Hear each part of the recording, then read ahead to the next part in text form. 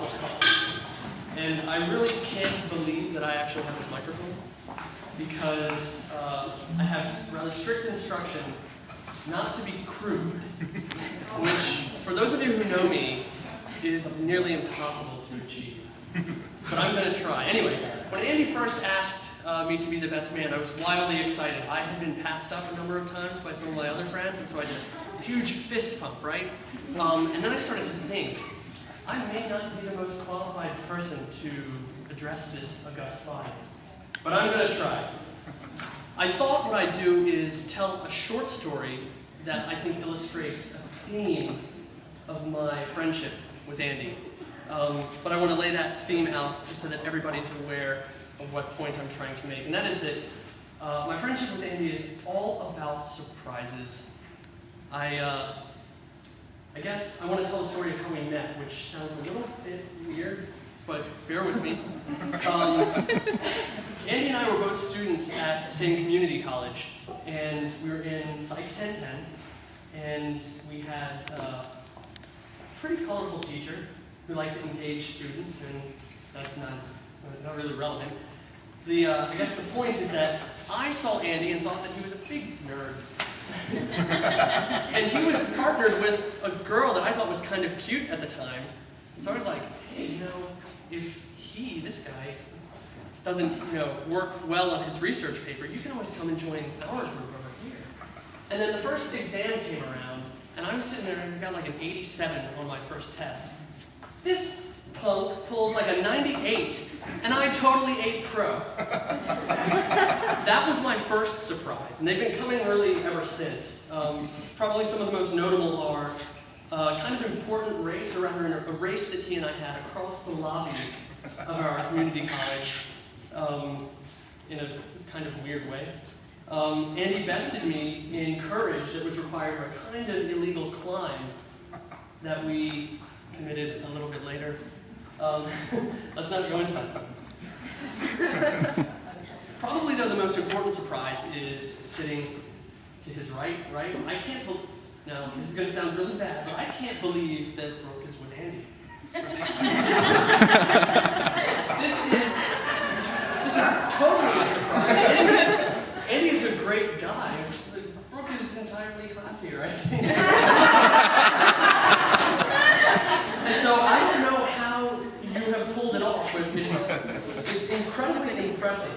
I want to talk a little bit about Brooke, because when I first started hanging out with Andy, I don't think you guys have started dating yet, but since you have been together, I've seen this relationship grow, and it's been fantastic to watch. Of course, I should probably apologize to Mr. Bizet. I haven't been the most influence on Andy. I kind of, well, that should speak, I guess, for itself. Anyway, I've watched Brooke kind of tame Andy a little bit. I am a crude person. Andy sometimes sinks to my level. Brooke has a really interesting way of not letting that happen. And since they became engaged, I started hanging out with them a lot more, particularly at their home. And Brooke has impressed me with a number of, I guess, character attributes, which I'd like to mention. She is altogether really like a lovely person, and not to mention tricked out in all her finery today. You look lovely, by the way. Thank you. Absolutely.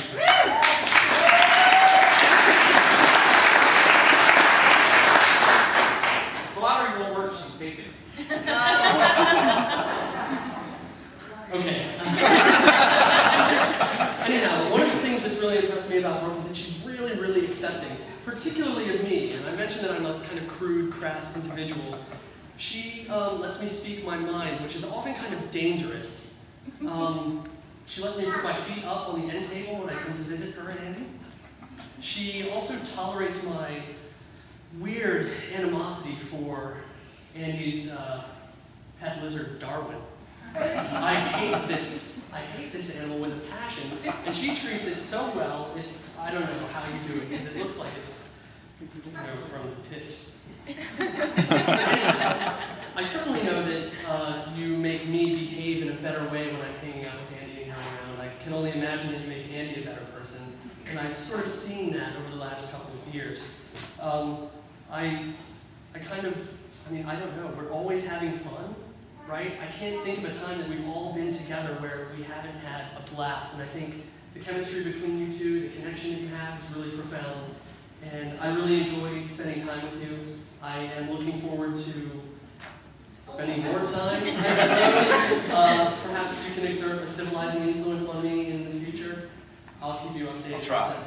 As to whether or not that's actually a success. Anyway, I wanted to invite everybody, if you would, to sort of raise a glass of your nearest strong drink. Or soda. And I'd like to propose a toast, right? To Mr. and Mrs. Bynette. I'm not done. To many, many more surprises of the happiest variety. Thanks. Congratulations. What a wonderful speech. Let's hear for our best man, ladies and gentlemen.